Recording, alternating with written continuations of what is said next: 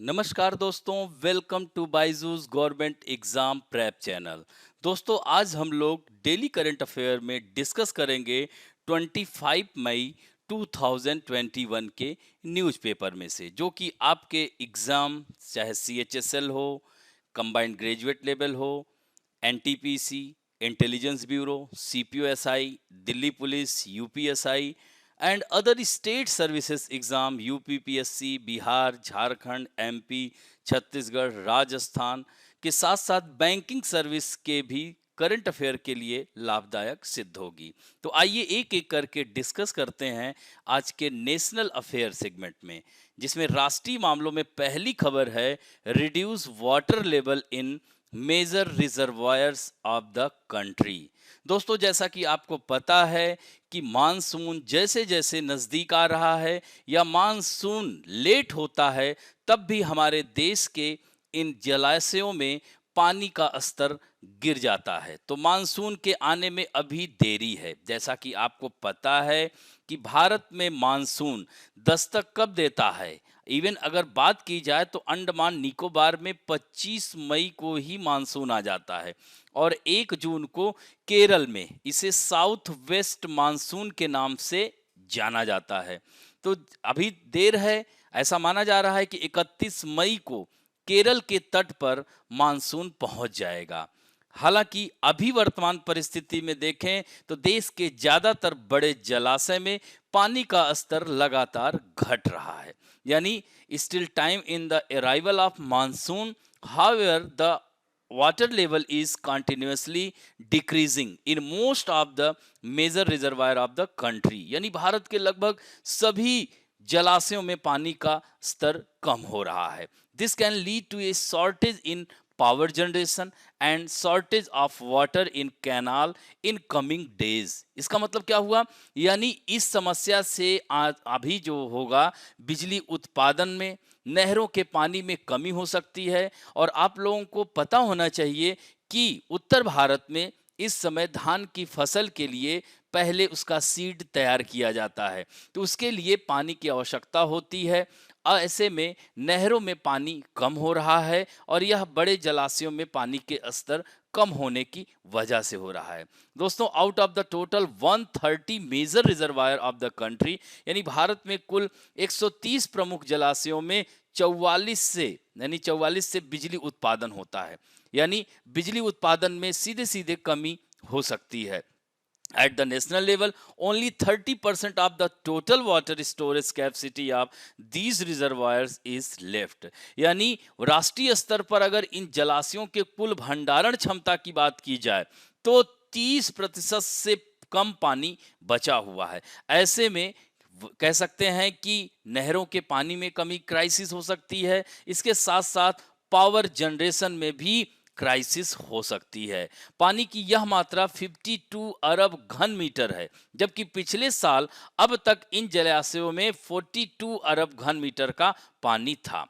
यानी in the region wise अगर हम बात करें डैम एंड रिजर्वायर की, तो the water level in the reservoir of the northern region, यानी नॉर्दर्न रीजन के अंतर्गत कौन कौन से आएंगे, यानी उत्तर भारत, यानी पंजाब, राजस्थान, हिमाचल प्रदेश के राज्य, यह सब जो है इंक्लूड होंगे। तो द सेंट्रल वाटर कमीशन कौन इसे मॉनिटर करता है, ये भी याद रखेंगे, central water commission of water level of total of 8 dam and reservoir here. यानी नॉर्दर्न रीजन में 8 बांध व जलाशयों के जल स्तर की निगरानी कौन करता है, केंद्रीय जल आयोग करता है। और चालू सप्ताह में इन बांधों का कुल जो जल भंडारण था 19.17 BCM है। यानी at present only 3.92 BCM water, that is 20% water remain in these dams. यानी कह सकते हैं कि इस समय मात्र 20% जल बचा हुआ है, तो इससे क्राइसिस हो सकती है। पिछले साल इसी अवधि में इन बांधों में 40% था, तो यानी 20% की कमी दिखाई जा रही है। तो इससे वाटर क्राइसिस की वजह से यह जो है पावर जनरेशन, नहरों की सिंचाई, इरिगेशन, यह सब सेवाएं बाधित हो सकती हैं। 10 वर्षों के अंतराल में जल भंडारण 32% से भी इस साल पानी कम हो गया है और इन उत्तरी राज्यों में मानसून देश के दूसरे राज्यों के मुकाबले बहुत देर से पहुंचता है। यानी अगर हम बात करें कि पंजाब, हरियाणा, राजस्थान में, यहाँ तो सबसे लास्ट में पंजाब में ही मानसून पहुंचता है। तो ऐसे में पंजाब को वर्षा का जल यानी मानसूनी वर्षा के लिए कम से कम जून, जुलाई, अगस्त, इन 3 महीने वेट करना पड़ेगा। तो इस तरह से आप देख सकते हैं कि यहाँ समस्या हो सकती है। यही हाल पूर्वी क्षेत्र में राज्य झारखंड, उड़ीसा, वेस्ट बंगाल, त्रिपुरा, नागालैंड के 20 जलाशयों की कुल जल भंडारण क्षमता 19.96 बीसीएम है। यानी इसी तरह से पश्चिम क्षेत्र में गुजरात, महाराष्ट्र के कुल 42 डैम्स में जलाशयों की निगरानी केंद्रीय जल आयोग ही करता है और इनकी कुल भंडारण क्षमता 35.24 बीसीएम है और इन जलाशयों में फिलहाल 12.36 बीसीएम पानी बचा हुआ है, जो कुल क्षमता का 36% है। सोचिए, और यह जो है इस तरह से पिछले साल इन बांधों में अब तक 37% पानी बचा था। यानी इस साल की स्थिति और भयावह रूप ले सकती है। सूखा क्षेत्र प्रवणित क्षेत्र के रूप में घोषित किया जा सकता है। और मध्य क्षेत्र की बात किया जाए तो इसमें उत्तर प्रदेश, उत्तराखंड, मध्य प्रदेश, छत्तीसगढ़ के कुल 23 जलाशयों के जल स्तर की निगरानी सेंट्रल वाटर कमीशन करता है। इसमें बांधों की कुल भंडारण क्षमता 45.27 बीसीएम है और एक आंकड़ों के मुताबिक यानी किसके, सेंट्रल वाटर कमीशन के अनुसार 14.14 बीसीएम यानी 31% पानी बचा हुआ है। दोस्तों, जैसा कि पिछले साल इस समय यहाँ के इन बांधों व जलाशयों में 43% पानी था। A total 37 reservoirs and dam in the southern region of Andhra Pradesh, यानी दक्षिण भारत की अगर हम बात करें तो Andhra Pradesh, Telangana, Karnataka, Kerala and Tamil Nadu have water storage capacity of 54.60 BCM और इस समय इन बांध व जलाशयों में 16.76 बीसीएम यानी 31% ही बचा हुआ है। हालांकि पिछले साल इससे कम पानी यानी मात्रा में 27% पानी बचा हुआ था। आपने देखा होगा दक्षिण भारत में कितनी समस्या हुई थी पिछले वर्ष भी। तो इस तरह से आप देख सकते हैं कि आने वाले दिनों में अगर मानसून टाइम से नहीं आता है तो वाटर क्राइसिस हो सकती है। ऐसे में बहुत सारे क्षेत्रों में सूखा प्रवण क्षेत्र घोषित किया जा सकता है, ड्रॉट प्रोन एरिया घोषित किया जा सकता है सरकार के द्वारा। अब बढ़ते हैं दोस्तों, नेक्स्ट न्यूज है Sputnik V vaccine, production of Russian vaccine in India, RDIF and Panacea biotech start. यानी सबसे पहले स्पुतनिक की खेप जो आई थी आंध्र प्रदेश में आई थी। तो रशियन डायरेक्ट इन्वेस्टमेंट फंड जिसको RDIF कहा जाता है और भारत की पैनेसिया बायोटेक ने स्पुतनिक वी का भारत में उत्पादन शुरू कर दिया है। भारत की जो पैनेसिया बायोटेक है अब हर साल 10 करोड़ डोज बना सकेगी। RDIF said that the first batch of vaccine made by Panacea Biotech will be sent to Institute of गैमेलिया में भेजा गया है और Russia to develop Sputnik V for quality control, यानी वहां पर क्वालिटी कंट्रोल के लिए कहाँ, इंस्टीट्यूट ऑफ गैमेलिया में भेजा जाएगा इसको और फिर वहां से अप्रूव होगा। तो फुल स्केल प्रोडक्शन इस साल गर्मियों में शुरू होने की उम्मीद है, यानी जून से शुरू हो जाएगा। पैनेसिया जो बायोटेक है कई तरह की दवाओं और वैक्सीन का प्रोडक्शन करती है, यानी कह सकते हैं इसकी स्थापना 1984 में हुई थी। 1995 में पैनेसिया बायोटेक लिमिटेड के नाम से यह लिस्टेड हुई थी और Russia Sputnik V vaccine uses two different adenoviruses in the first and second doses, यानी पहली और दूसरी डोज में 2 अलग अलग एडनो वायरस इस्तेमाल करती है। यही कारण है कि इसका जो रेट है बहुत ही अच्छा माना जा रहा है, 91% तक इसका रेट माना जा रहा है। यानी यह वैक्सीन 65 कंट्रीज में रजिस्टर्ड है। According to Lancet the leading medical magazine, Sputnik V is 92.6% effective on कोविड-19, यानी इस कोविड-19 महामारी में यह सबसे ज्यादा कारगर सिद्ध हो रही है Sputnik V.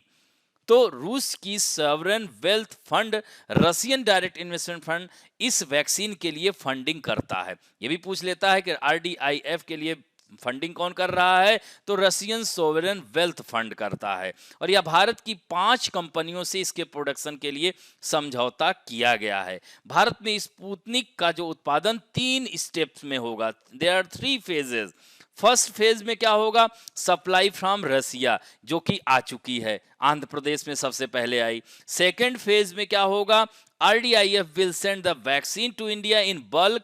It will be ready for use, but it will have to be filled in various bottles in India. यानी दूसरा क्या है कि RDIF थोक में वैक्सीन भारत भेजेगा, यह उपयोग के लिए तैयार होगा, लेकिन इसे भारत में विभिन्न बोतलों में भरना होगा।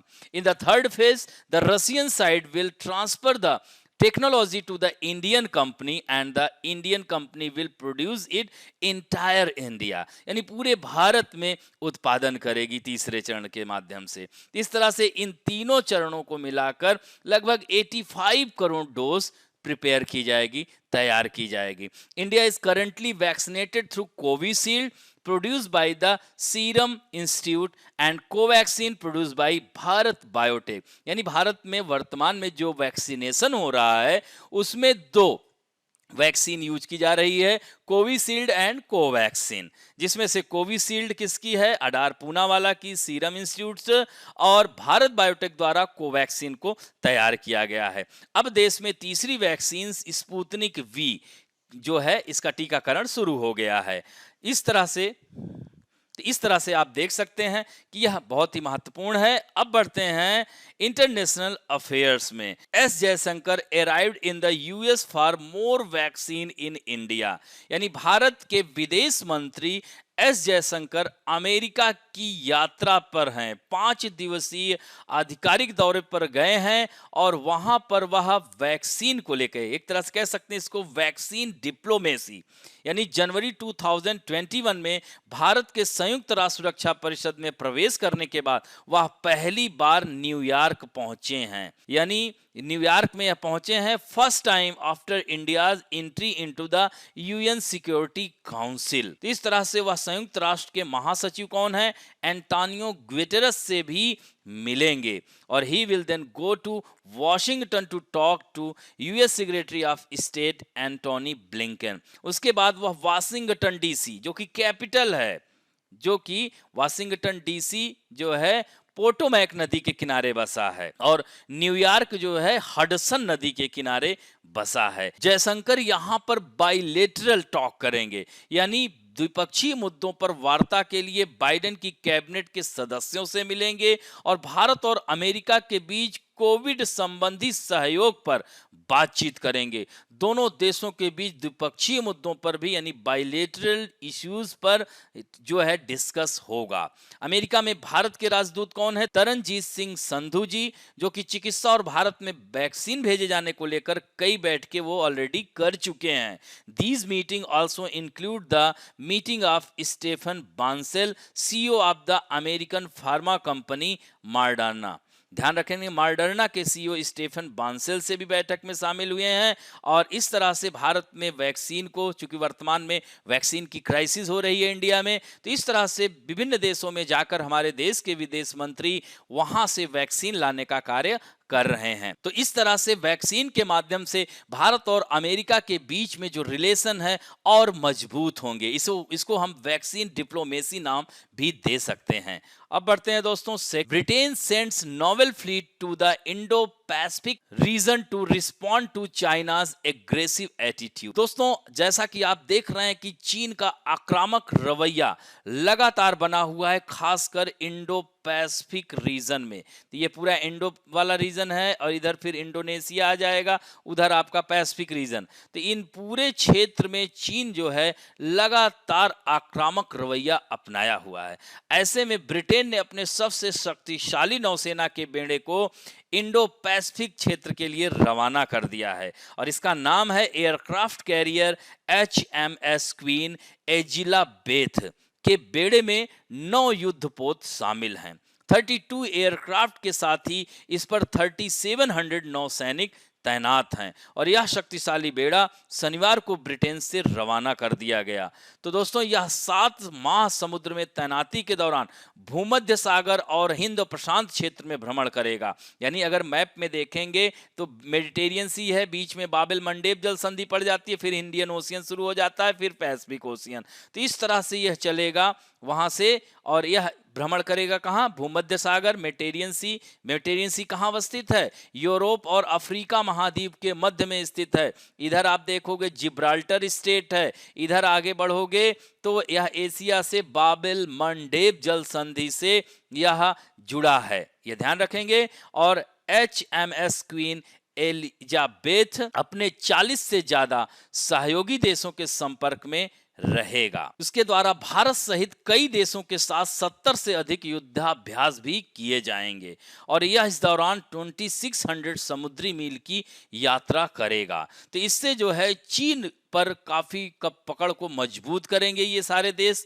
आज इंडियन ओशियन में क्वाड कंट्री यानी कह सकते हैं हिंद महासागर क्षेत्र की सुरक्षा के लिए क्वाड संगठन तो था ही, इसके साथ साथ फ्रांस, ब्रिटेन, यह सब देश भी आगे आ रहे हैं। और हाल ही में जापानी बलों ने भी दूर दराज के द्वीपों पर चीन का कब्जा जमाने से रोकने के लिए सैन्य अभ्यास किया है। यानी recently Japanese forces also conducted military exercise to prevent China from occupying remote island। यानी जापान ने यह अभ्यास शिजुओका में पूर्वी फुजी प्रशिक्षण इलाके में किया है। दरअसल चीन जापान प्रशासित सेनकाकू द्वीप जो है उस पर अपना दावा करता है। यही कारण है कि इसकी रक्षा के लिए जापान अपनी कैपेसिटी को और बढ़ा रहा है। तो यह भी यानी कह सकते हैं कि चारों तरफ से देश अब चीन के पीछे पड़ गए हैं। अब बढ़ते हैं दोस्तों इन्वायरमेंट एंड इकोलॉजी सेक्शन में।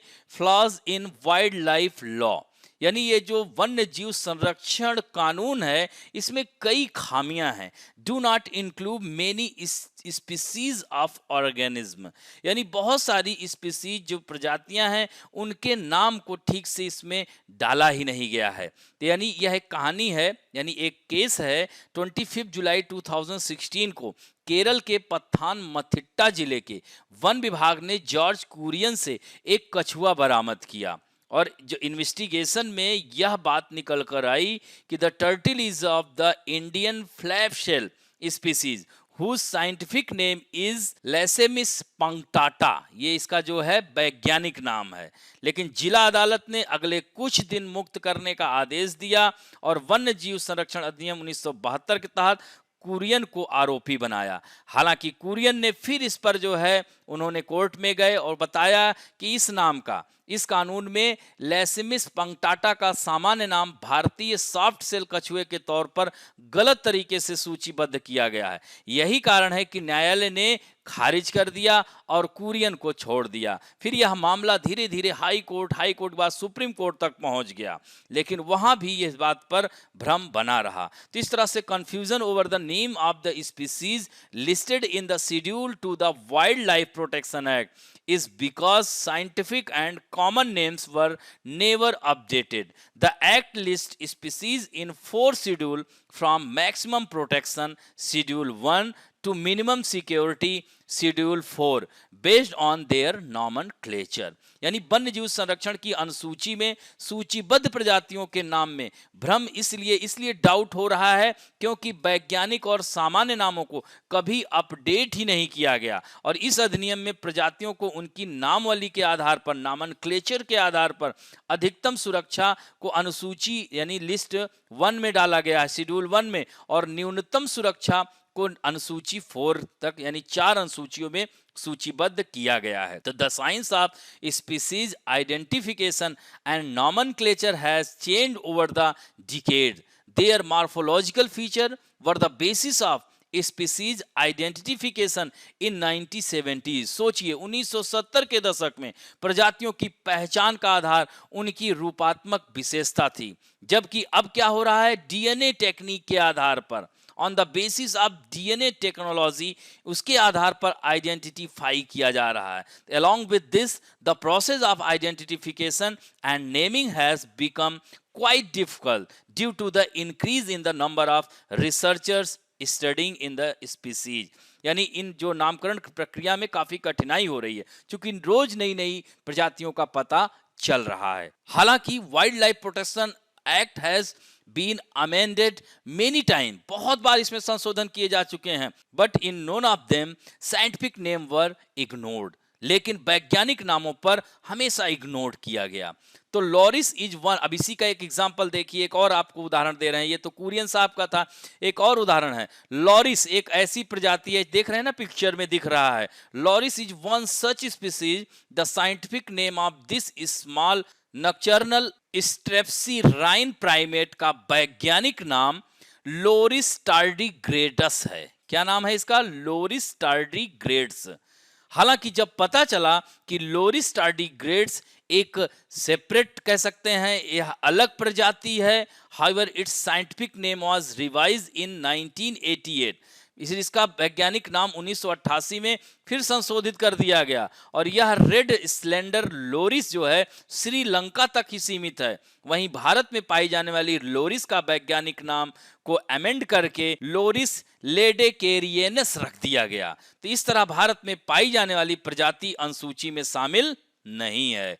तो ये प्रजातियों का नाम कैसे रखा जाता है, how do you name a species, कैसे हम रखते हैं? Researchers discover a possible new species, यानी जो रिसर्चर शोधार्थी होते हैं, शोधकर्ता होते हैं, एक संभावित नई प्रजाति की खोज करते हैं, नए पता लगाते हैं कि इसमें क्या अन्य विशेषताएं हैं।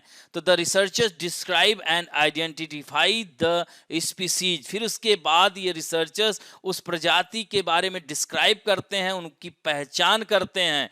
Then he writes research prepares describing the new species, फिर उसके बाद इस नई प्रजाति के बारे में रिसर्च पेपर बनाया जाता है, शोध पत्र लिखा जाता है। फिर यह सैंपल किसके पास जाता है? This sample is sent to the zoological survey of India और बॉम्बे नेचुरल हिस्ट्री सोसाइटी के पास जाता है इसका नमूना। फिर जो है zoological survey of India and Bombay natural history society issues a number for the sample, यानी इसके लिए एक नंबर जारी करता है। और the sample and study are sent to the international commission on judicial nomenclature, फिर उसके बाद अंतरराष्ट्रीय जुडिशियल कमीशन के पास, जुडिशियल नॉमेनक्लेचर कमीशन के पास, यानी कोड ऑफ बॉटेनिकल नॉमेनक्लेचर के पास भेजे जाते हैं, तब जाकर के इसका निर्धारण होता है। तो इस तरह से ICZN और ICBN डाटाबेस में इसको जो है, if the species is found different from the other, अगर अलग पाई जाती है तो इसे उस डाटाबेस में शामिल कर लिया जाता है। इसी तरह की और है, similarly the mouse dear is mentioned in the schedule first of the act as the, इसका जो नाम दिया गया है ट्रागुलस मेमिना, till 2005 it was considered the only species of its class, but अब पता चला कि ट्रागुलस मेमिना श्रीलंका की एक लोकल स्पीसीज है। फिर भारत में पाई जाने वाली प्रजाति का नाम बदलकर मोशियोला इंडिका रखा गया, याद रखिएगा। और यह भारतीय प्रजाति भी वन्य जीव संरक्षण अधिनियम में सूचीबद्ध नहीं है। तो आप देख सकते हैं कि कितनी कमियां हैं इसमें। तो यह जो है वैज्ञानिक नामों के बदलने की तत्काल आवश्यकता है, लेकिन यह भी गौरतलब है कि वैज्ञानिक खोजों और बदलाव की जो तेज रफ्तार बनी हुई है, उसकी वजह से इस कानून में संशोधन करना बहुत मुश्किल होता है। हमें डायनेमिक साइंटिफिक फील्ड में हो रहे बदलाव को सम्मिलित करने के लिए एक व्यवस्थित समाधान की आवश्यकता तुरंत है।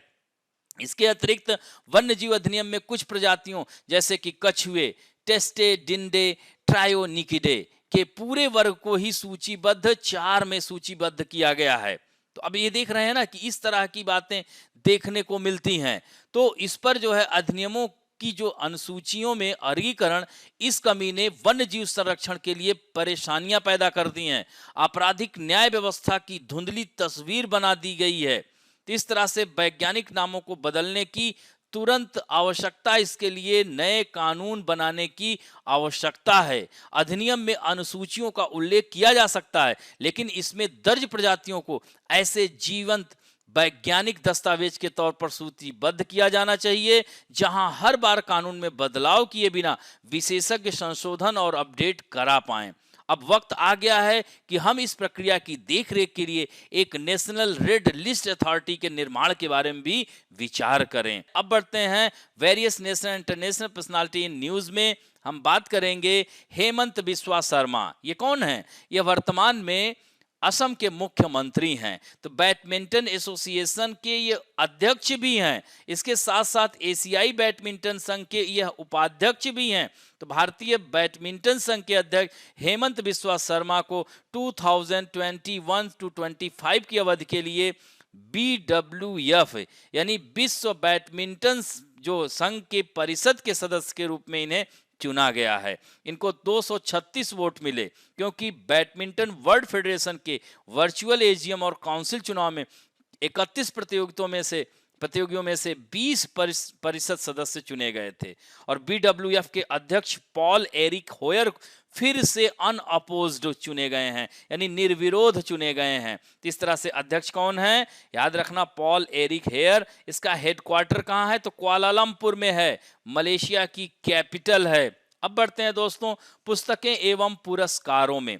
तो आज हमने दो महत्वपूर्ण पुस्तकों को लिया है। पहली पुस्तक है शिवशंकर मेनन यानी India and Asian geopolitics the past present के लेखक कौन है? शिवशंकर मेनन है। यानी शिवशंकर मेनन ने India and Asian geopolitics the past present नामक पुस्तक लिखी है। प्रधानमंत्री के राष्ट्रीय सुरक्षा सलाहकार और विदेश सचिव थे। अपनी जो यह रिसेंट बुक है इसमें भारत के अतीत के कई भू राजनीतिक तूफानों यानी जियोपॉलिटिकल जो खबरें थी या व्यवस्था जो घटनाएं हुई थी उनका सामना कैसे किया, इनकी कहानी बताने के लिए इन्होंने इसमें स्टेप बाय स्टेप उसके हिस्टोरिकल जो फेजेस हैं उसकी खोज रहे हैं।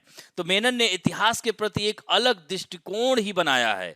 उन्होंने 1950 में चीन द्वारा तिब्बत पर कब्जा करने की गंभीरता को भी रेखांकित किया, जो उनके अनुसार भारत चीन संबंधों में एक इम्पॉर्टेंट कह सकते हैं क्षण था। लेकिन इस तर्क को चुनौती देता है भारत चीन आक्रमणों को रोकने में विफल रहा। तो यह सब इसी पुस्तक में इन्होंने उल्लेखित किया है। और दूसरी पुस्तक है अवतार सिंह भसीन की पुस्तक है। इनके द्वारा जो लिखी गई पुस्तक, इसका नाम है नेहरू तिब्बत एंड चाइना। यानी नेहरू, यह जो है वर्षों के गहन अभिलेख शोध पर आधारित है। आकर्षक विस्तार से यह पुस्तक 1949 से लेकर यानी 1949 से लेकर के 1962 तक के बारे में भारत चीन के युद्ध और उसके बाद की घटनाओं का इन्होंने इसमें विश्लेषण किया है। तो इन सब बातों को इसमें डाला गया है अवतार सिंह भसीन के द्वारा। अब बढ़ते हैं दोस्तों banking and finance related news में।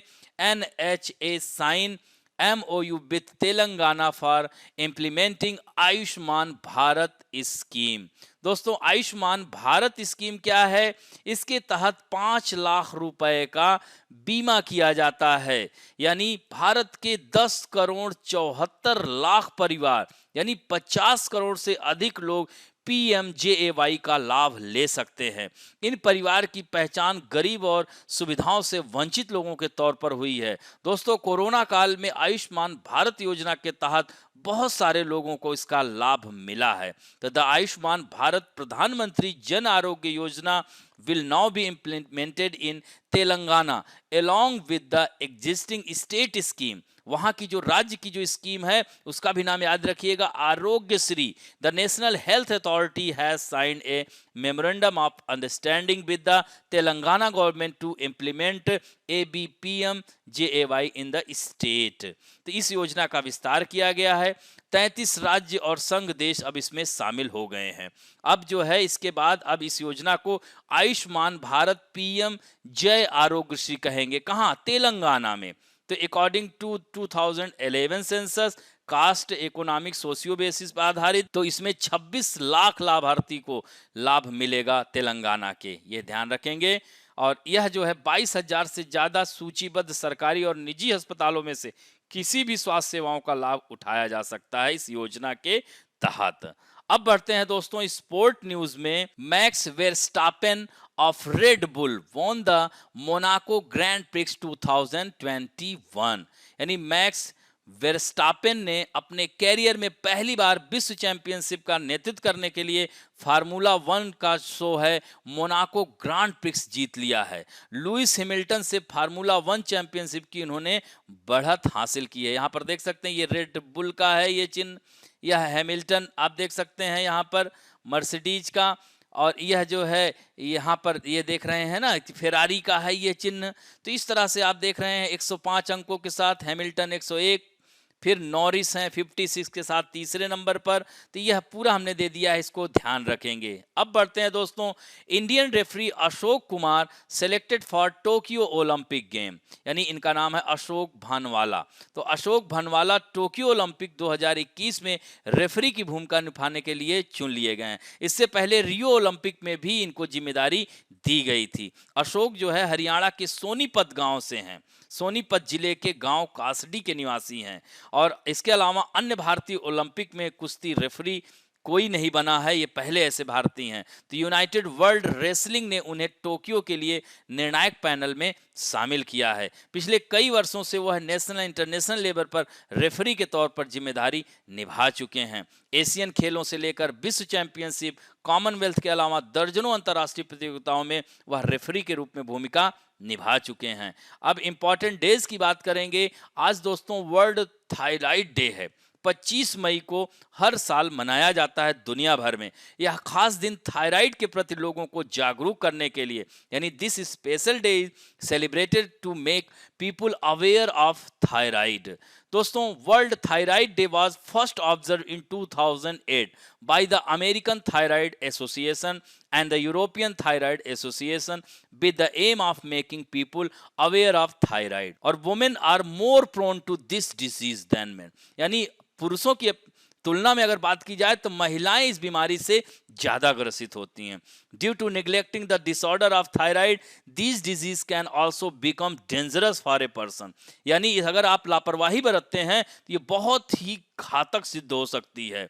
दोस्तों क्या है थायराइड? तो the thyroid is a butterfly shaped gland है, यानी तितली के आकार की यह ग्रंथि होती है गले में। The thyroid gland is present just below the throat, यानी गले में ठीक नीचे की तरफ यह मौजूद होती है। यह एंडोक्राइन ग्रंथि हार्मोन बनाती है। इट इज मेड, कह सकते हैं this endocrine gland makes hormones, और thyroid hormone coming out of this gland flows through the blood throughout our body and almost every part of the body need it, यानी पूरे शरीर के लगभग हर हिस्सों की उसकी जरूरत होती है। और इस ग्रंथ से निकलने वाला थायराइड हार्मोन खून के जरिए हमारे शरीर में इंटर करता है। तो दोस्तों थायराइड ग्रंथ के ज्यादा या कम मात्रा में हार्मोन बनने पर थायराइड की समस्या उत्पन्न होने लगती है, यानी ज्यादा भी नुकसानदेह और कम भी। इसकी वजह से शरीर की प्रत्येक कोशिका प्रभावित होने लगती है, यानी every cell of the body start getting affected. और there are two types of thyroid, इसको एक को कहते हैं हाइपर थायराइडिज्म और हाइपोथायराइडिज्म। यानी हाइपर में क्या होता है कि हार्मोन का सिक्रेशन अधिक मात्रा में होने लगता है, उसमें T3 एंड T4 जो सेल्स हैं उसका स्तर बढ़ने लगता है और TSH का स्तर घटने लगता है। जबकि थायराइड का जो सेकंड टाइप है हाइपोथायराइडिज्म में, इसमें थायराइड हार्मोन कम बनता है, इसमें कम सिक्रेशन होता है, तो T3 एंड T4 का सीरम लेवल घटने तथा TCH का स्तर क्या होगा, बढ़ने लगता है। एकदम डिफरेंट रहता है दोनों में।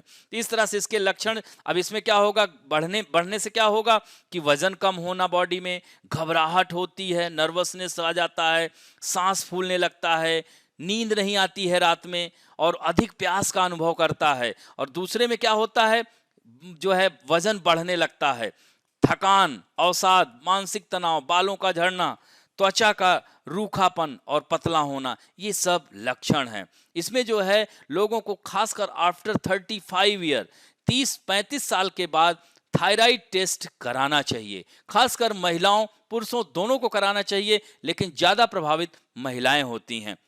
उनको कॉफ़ी से जो है दूर रहना चाहिए। कॉफ़ी वगैरह बहुत ही नुकसानदायक होता है, जैसे कैबेज है, कैलीफ्लावर है, किसी प्रकार का भी गोभी नहीं खाना चाहिए। यह सब जो है इसको प्रभावित करता है और थायराइड, इसको ध्यान देने की आवश्यकता है। नियमित व्यायाम, मेडिटेशन, यह सब इसके लिए आवश्यक होता है। अब बढ़ते हैं दोस्तों, let us talk about some important fact में। दोस्तों आज इंपॉर्टेंट फैक्ट में हम जो हमारे देश के महापुरुष रहे हैं उनके समाधि स्थलों की बात करेंगे। जैसे राजघाट अक्सर आप लोगों की परीक्षाओं में आ जाता है। महात्मा गांधी नई दिल्ली में है, दिल्ली में ही इनकी मृत्यु हुई थी।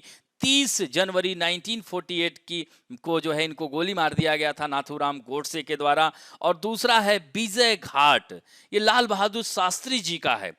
जब भारत के पहले प्रधानमंत्री पंडित जवाहरलाल नेहरू की मृत्यु हुई थी उसके बाद यही प्रधानमंत्री बने थे लाल बहादुर शास्त्री, लेकिन ताशकंद समझौते में संदिग्ध रूप में इनकी मृत्यु हुई 1966 में। तो इनका विजय घाट, किसान घाट जो है चौधरी चरण सिंह जी का है, वीर भूमि राजीव गांधी का है, महाप्रयाण डॉक्टर राजेंद्र प्रसाद का है, नारायण घाट गुलजारी लाल नंदा पहले कार्यवाहक प्रधानमंत्री बने थे, एक्टिंग पीएम बने थे, शांतिवन प्रथम प्रधानमंत्री जवाहरलाल नेहरू का है, शक्ति स्थल इंदिरा गांधी का है। इसी तरह से अभय घाट मोरारजी देसाई का है। यह ऐसे प्रधानमंत्री थे जिन्हें भारत रत्न और पाकिस्तान का निशाने पाकिस्तान दोनों रत्न मिला था। समता स्थल बाबू जगजीवन राम का है।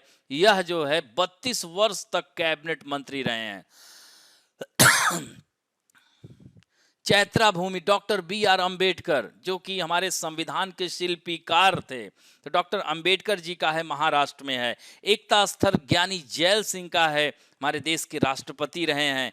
के.आर. नारायणन जो है, के.आर. नारायणन ध्यान रखेंगे, कोचिरल्ली नारायण इनका उदय भूमि है। इसी तरह से कर्म भूमि शंकर दयाल शर्मा जी का है और स्मृति स्थल अटल बिहारी वाजपेयी जी का है। अब बढ़ते हैं दोस्तों आप लोगों के सेक्शन में जो कि बहुत ही अच्छा उत्तर दे रहे हैं। आज उत्तर देने वालों में हैं सुभाष रानी, रोली सरोज, रुपिंदर कौर, आयशा रहमान, अनु धामा, मंटू कुमार, अनुराग उपाध्याय, आरिफ अहमद, अंकिता राठौर, जूबी बाबू, सूरज उपाध्याय, मोहम्मद हसन, अरुण गोल्हानी, निधि राठौर, संगीता सिंह, आरिफ अख्तर, श्रवण खालिंग, रेणु बाला, अंजलि सिंह, मोनी गुप्ता, संस्कृति कुमारी, तोहफा शबा तशकीन, विनोद जायसवाल, मुकुंद माधव, मंटू कुमार, ध्रुव पारिक, एवी इनसाइड। इतने लोगों ने उत्तर एवं कमेंट दोनों दिए। दोस्तों मोहम्मद हसन जी ने पूछा था sir please explain about horizontal and vertical reservation. एक लाइन में आप इसको सुनने का प्रयास करिएगा।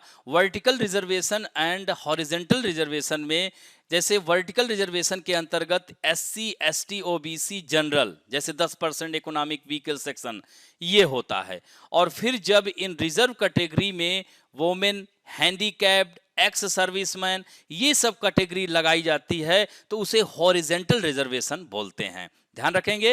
अब बढ़ते हैं आप लोगों के सामने। पहला प्रश्न है what percentage of the water is remaining at the national level of the total water storage capacity of the reservoir, यानी कितना प्रतिशत बचा हुआ है, 25%, 30%, 35 या 40%। नेक्स्ट क्वेश्चन है recently Russian direct investment fund यानी RDIF has started production of Sputnik V in India in tie up with which Indian company, Panacea biotech, serum institute, Bharat biotech या इनमें से कोई नहीं। नेक्स्ट क्वेश्चन है foreign minister S Jaishankar has recently visited which country on A 5-day official visit, किस देश की यात्रा पर गए हुए हैं, रसिया, फ्रांस, अमेरिका या जापान।